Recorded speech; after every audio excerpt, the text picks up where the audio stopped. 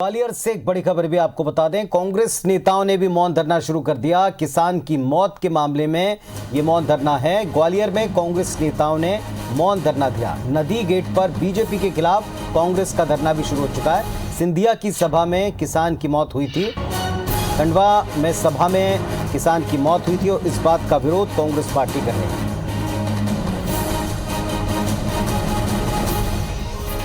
तो ग्वालियर में कांग्रेस नेताओं ने भी धरना शुरू कर दिया है। नदी गेट पर बीजेपी के खिलाफ कांग्रेस का यह धरना है। किसान की मौत के मामले में यह धरना दिया जा रहा है।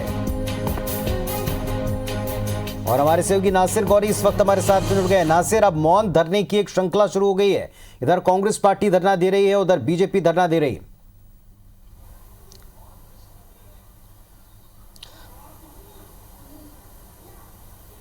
बिल्कुल पूरी अगर देखा जाए तो मध्य प्रदेश में धरना पॉलिटिक्स है वो शुरू हो गई है और उसी कड़ी में सबसे पहले बीजेपी ने इसकी शुरुआत करी। बीजेपी ने शुरुआत की फूलबाग मैदान में गांधी जी की प्रतिमा है उसके बाहर बैठकर कांग्रेस के खिलाफ धरना दिया, जिसमें नरेंद्र सिंह तोमर, बी.डी. शर्मा ने अगुवाई करी थी और जयभान सिंह पवैया और सीधी की सांसद थी रीति पाठक मौजूद थी। उसके बाद 10:30 बजे कांग्रेस ने भी धरना स्टार्ट कर दिया। कांग्रेस का कहना था कि ज्योतिरादित्य सिंधिया की सभा में खंडवा में एक किसान मर जाता है, लेकिन ज्योतिरादित्य सिंधिया केवल महज मौन रखते हैं और अपनी सभा को बाद में संबोधित कर देते हैं। इससे बेहतर होता कि वो उस सभा को स्थगित कर देते।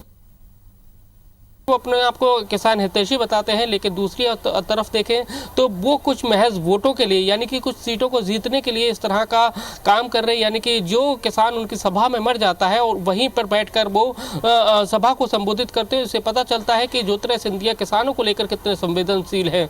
तो लेकिन अगर देखा जाए तो ग्वालियर चंबल अंचल में पूरा धरना पॉलिटिक्स है वो शुरू हो गई है।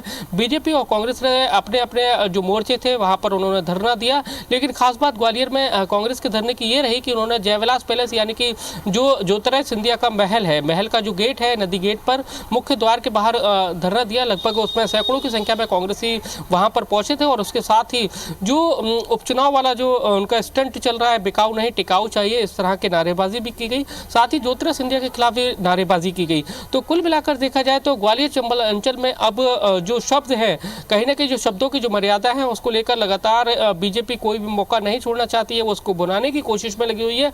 और उसी के तहत उन्होंने जो कल डबरा में पूर्व सीएम है कमलनाथ, उन्होंने जो बयान दिया था उसको एक चुनावी मुद्दा बना लिया है और उसके जरिए कहीं ना कहीं वोट बैंक की जुगाड़ के लिए वो इस तरह का प्रोटेस्ट है वो लगातार कर रही है। जैसा कि सीएम ने भोपाल में मिंटो हॉल के बाहर मौन धरने पर बैठे और उसके बाद ग्वालियर में खुद बीजेपी की जो प्रदेश अध्यक्ष है बी.डी. शर्मा, उन्होंने इसकी अगुवाई की और बड़े नेता यानी कि केंद्रीय मंत्री नरेंद्र सिंह तोमर, प्रभात झा, जयभान सिंह पवैया सहित कई बड़े नेता शामिल हुए। तो देखा है चाहे कांग्रेस हो चाहे बीजेपी हो, कोई भी फायदा लेने से नहीं चूक रहा है, चाहे वो किसान की मौत का मामला हो या फिर कमलनाथ जी ने जो इमरती देवी पर जो टिप्पणी की उसके बाद बीजेपी भी उसको पुरजोर तरीके से भुनाने की कोशिश कर रही है। लेकिन ऐसे में देखने वाली बात यह होगी कि 10 नवंबर को जो नतीजे आएंगे वही बताएंगे कि दोनों ही पार्टियों को किस बयान से कितना नफा हुआ, किस बयान से कितना नुकसान हुआ।